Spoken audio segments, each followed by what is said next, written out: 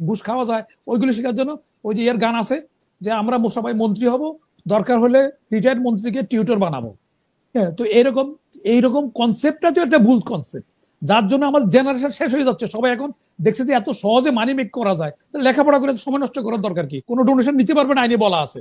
দেখা যাচ্ছে ওনারা কি স্বরাষ্ট্র মধ্যে রিসিভ করতেছে, কেউ সাবি রিসিভ করছে কি ওই সোরা সালানি গাড়ি দিচ্ছে, অত দুর্নীতিবাজ গাড়ি দিচ্ছে, তখন ওনার নৈতিকতা কি থাকে? ওই দুর্নীতিবাজ দুর্নীতি পুলিশ তার ধরতে পারবে? যে তার আনছে ওখানে, আনার পরে উনি জেলে থাকার কথা, এখানে আসছে, এখানে আসার পরে এস আলমের গাড়ি ব্যবহার করছে। উনি বলছে আমি জানি না, উনি করছে খোকা এস আলমের গাড়ির মধ্যে বসে আছে। এস আলমের গাড়ি কেন আছে এয়ারপোর্ট?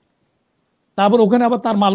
এখন আমাদের এই বিএনপির অনেক সদস্য আছে যারা আগে যারা লুটপাট করছে ওদের এটা প্রোটেক্ট করতেছে। ওই প্রশ্নকারীদের কথা বলি যে কতগুলি জিনিসের একটা নর্মস আছে, একটা সিস্টেমের একটা প্রতিটা জিনিস আছে।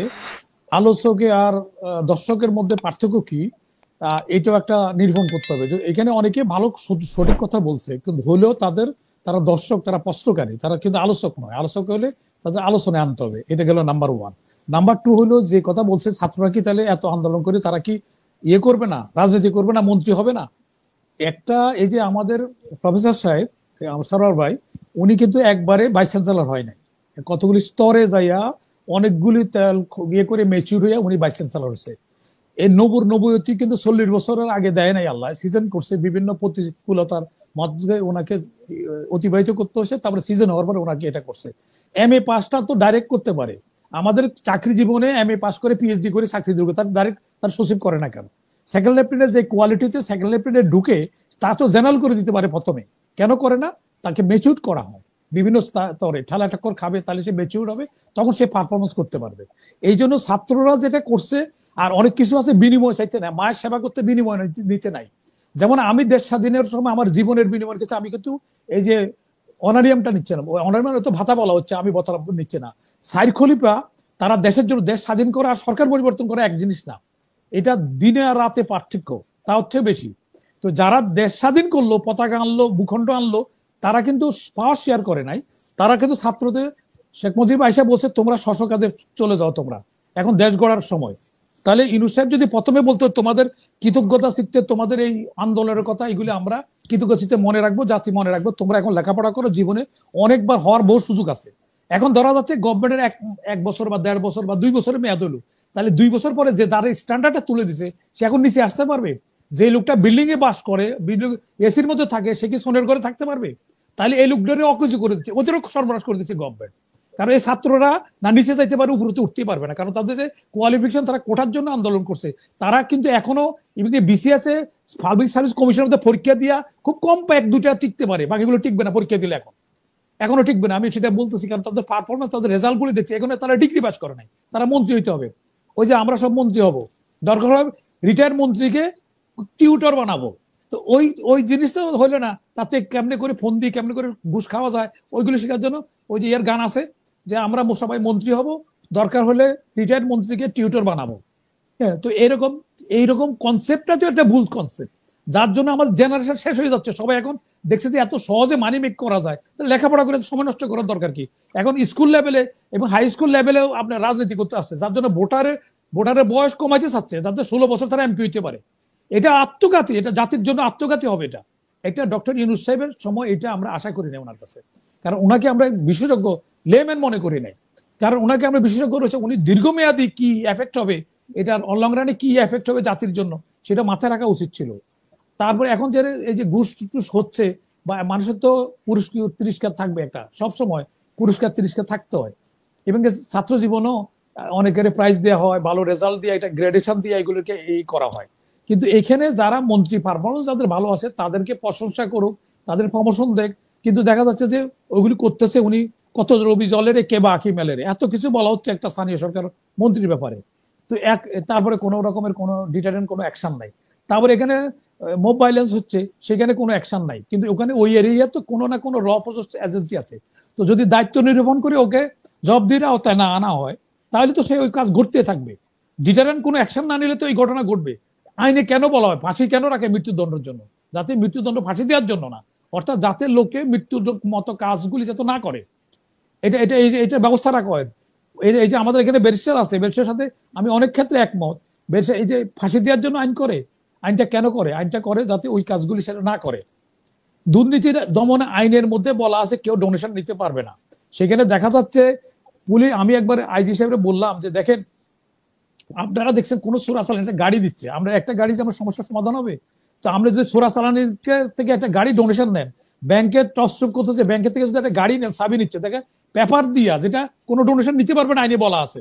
দেখা যাচ্ছে ওনারা কি করছে, স্বরাষ্ট্রের মধ্যে রিসিভ করতেছে, কেউ চাবি রিসিভ করছে, কি ওই চোরা চালানি গাড়ি দিচ্ছে অথবা দুর্নীতিবাজ গাড়ি দিচ্ছে, তখন ওনার নৈতিকতা কি থাকে? ওই দুর্নীতিবাজ দুর্নীতি পুলিশ তার ধরতে পারবে যদি তার থেকে ডোনেশন নিয়ে থাকে? তো এখন ডোনেশনও কিন্তু অবৈধ। এখানে ব্যারিস্টার আছে বলুক দুর্নীতির আইনের কত ধারা আছে, এটা কোন ডোনেশন রাষ্ট্রের চেয়ারে বসা। তাহলে ইমরান খানের বিরুদ্ধে কেস হলো কেন? সে তো উপটোকন পাইছে। আমি আরেকটা কথা বলি, একবার ভারত গেছে জিয়া রহমান সাহেব, বেগম জিয়ার সাথে গেছে, ওনার একটা দামি ঘড়ি উপহার দিছে। তো এটা বেগম জিয়া ইন্দিরা গান্ধীকে বললেন যে না আমি এই ঘড়ি নিতে পারবো না, নিলে আমাকে জিয়া রাগ করে, বললেন এটা তো আমার ব্যক্তিগত পয়সা থেকে দিচ্ছি, তুমি নিতে পারো। পরে অনেক ইয়ে করার পরে উনি নিয়ে আসছে, নিয়ে আসার পর বাসায় ঘড়িটা রাখছে। কোকো তো ছোট তখন, কোকো করছে মায়ের ঘড়িটা নিয়ে দেখেছে ওর শোল্ডার পর্যন্ত চলে আসে। হঠাৎ করে জিয়া রহমান দেখলে এই ঘড়ি কোথা থেকে, কে পেলো? কলেজে আম্মাই দিচ্ছে। আমার কোথায় পেলো ঘড়ি? বেগম জিকে ডাকা হইলো, বেগম জি আসছে জিজ্ঞাসা করেন এখনো। বলে কেন তুমি নিছো এটা? তো আমরা তো উপটুকু নিতে পারি না, আমি তো সরকারি সফরে গেছি, এখানে যা হবে এটা রাষ্ট্রের। 500 টাকার উপরে হলে আইনে বলা আছে তোষাখানা জমা দিতে হবে। তারপরে উনি করলেন ওনার এডিসি কে ডাইকা ওইটা তোষাখানা জমা দিয়ে আসছেন ঘড়িটা। তো এখন আমাদের যদি এরকম দৃষ্টান্ত যদি আমরা না রাখতে পারি, ওনারা পার্টি, আপনি দেখেন জামাত বলতে ইসলামের শাসন করবে, তো ইসলামের শাসন করলে উনি যে প্রায় 100 কোটি টাকা ব্যয় করে, এই যে শো আপটা ইসলাম পছন্দ করে না, লোক দেখানোর জন্য কোনো কিছু করা, শো আপ করা, এগুলি ইসলাম নিষিদ্ধ করছে, ওনারা আইনে শাসন করবে।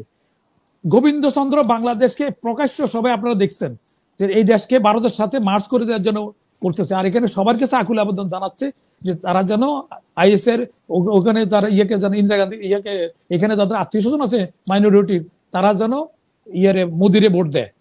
বাংলাদেশে খাইয়া বাংলাদেশে অবস্থান করার পরে তারপরে সে ওদের জন্য ভোট চাচ্ছে, আবার বাংলাদেশকে ভারতের অংশ করার জন্য সেটা বলতেছে প্রকাশ্য মিডিয়াতে। কিন্তু ল এনফোর্সমেন্ট এজেন্সি কেউ কথা বলতেছে, আবার দেখেন জামাত ওদের নিয়ে করতেছে। তার মানে আমাদের রাষ্ট্র পলিটিশিয়ানদের একটা ধারণা জমছে যে তারা ইন্ডিয়ার ব্লেসিং ছাড়া আসতে পারবে না। তোমরা রাষ্ট্রের ব্লেসিং নাও, জনগণের ব্লেসিং চাও, তোমরা ইন্ডিয়ার ব্লেসিং জন্য কেন আসো? এখন বিএনপিও দেখেন চিন্তাধারা পরিবর্তন, কারণ এখন দেখেন ওই সালাউদ্দিন সাহেবের এখন ফ্রন্ট লাইনে আনছে, উনি ওখানে যাওয়ার পরে ব্রেন ওয়াশ হয়ে গেছে, ওনাকে আনছে, ওখানে আনার পরে উনি জেলে থাকার কথা, এখানে আসছে, এখানে আসার পরে এস আলমের গাড়ি ব্যবহার করছে। উনি বলছে আমি জানি না, উনি করছে খোকা এস আলমের গাড়ির মধ্যে বসে আছে, এস আলমের গাড়ি কেন আছে এয়ারপোর্ট? তারপর ওখানে আবার তার মাল। এখন আমাদের এই বিএনপির অনেক সদস্য আছে যারা আগে যারা লুটপাট করছে ওদের এটা প্রোটেক্ট করতেছে, আমি নাম বলছি না, বলে ব্যক্তিগতভাবে অনেক কিছু সত্যতা হয়ে যায়। তাহলে এগুলি কেন করছে? বিএনপি যে ভুলের জন্য দীর্ঘদিন আছে, আমি মিডিয়া দায়িত্ব নিয়ে বলছি যে আপনারা এখনো শুদ্ধি অভিযান করেন, কেউ অনিবার্য যেন যারা এই ধরনের কাছে তাদের পত্র বিদায় করেন, তাদের ফ্রন্টলাইনে আনবেন না, তাহলে আবার আপনারা ভুল করবেন, আপনারা ক্ষমতা থেকে বহু বহু গুণ দূরে চলে যাবেন না। এখনো যে, আর ওই যে যেটা বলছে যে আওয়ামী লীগ যেটা বলতেছে তারা আবার চলে আসছে, এটা হলো তাদের আসরটা ধরে রাখার জন্য, আসরটা ধরে রাখার জন্য। আমরা যদি ইতিহাস দেখি, স্বাধীনতার পর থেকে অদ্যবধি প্রতিটি গভর্নমেন্ট, ইভেন কি বিএনপি 20 বছর এখনো ক্ষমতা আসবে কি আসবে না এখনো দোল্যমান অবস্থা আছে, এখনো কেউ শিওর করে বলতে পারছে না বিএনপি আসবে, যে যেভাবে ভবিষ্যতে যেসব ঘটনাগুলি ঘটবে। তাহলে যদি আসেও ধরে, তাহলে 20 বছর কিন্তু ক্ষমতা থেকে বিচ্যুত ছিল, তত্ত্বাবধায়ক দলে 20 বছর তারা ক্ষমতার বাইরে ছিল।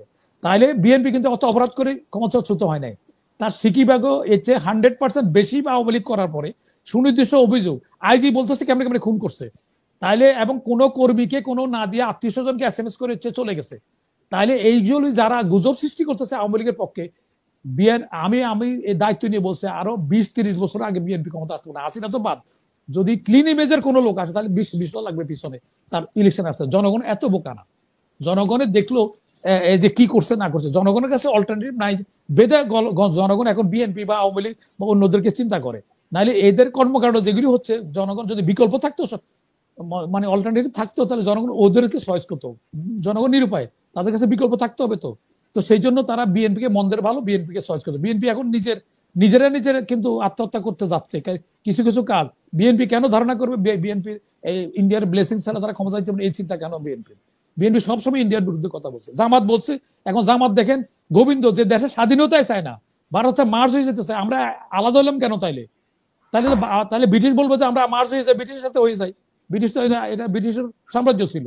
তাহলে দেখেন যে লোকটা দেশের স্বাধীনতা চায় না, তারা নিয়ে জামাত কত তার কত দেউলিয়া হলে জামাত তাদের নিয়ে মিটিং করে, এজেন্ট গুলি রয়ের এজেন্ট নিয়ে তারা মিটিং করতেছে, ওখানে তার বক্তব্য দিচ্ছে গোবিন্দর মতো লোক।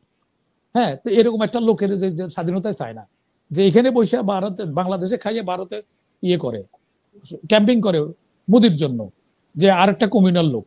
তো এখন এই অবস্থা, আগে আমাদের এরা খালি কথায় না, ওদের আমাদের পলিটিশিয়ানদের এইটা এই যে এই ভুলটুকু যে ইন্ডিয়ার ব্লেসিংসে আসতে পারবে না। জামাত সারা আজীবন ইন্ডিয়ার গালাগালি করছে, এখন তারা ইন্ডিয়ার ব্লেসিং নিয়ে এখন ইন্ডিয়ার ব্যাপারে একটা কথা বলে না জামাত। কেন বলে না? ওদের একটা ধারণা জমছে এটা, যার জন্য গোবিন্দ রেড্ডি মিটিং করতে হচ্ছে তাদের। ধন্যবাদ।